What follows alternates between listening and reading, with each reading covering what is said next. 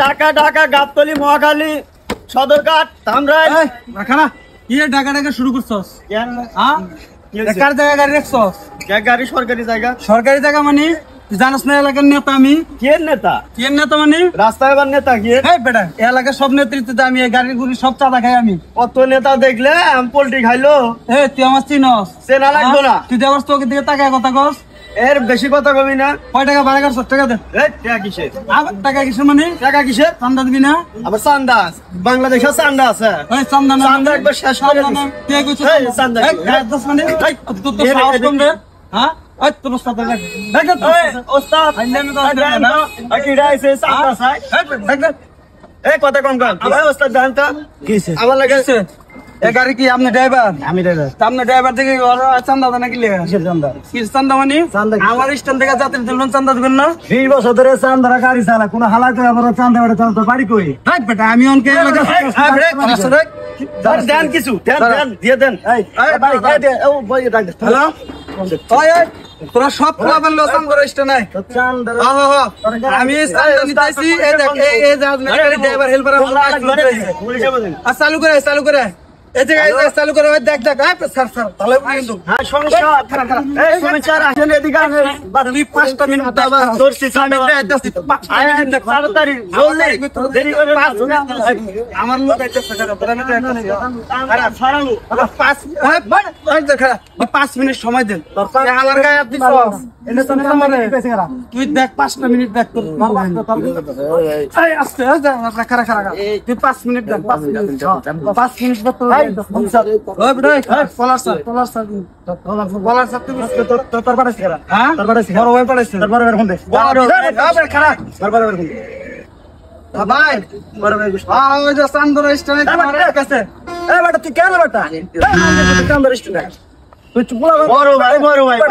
চান্দা নিকাটে বাড়াইছিস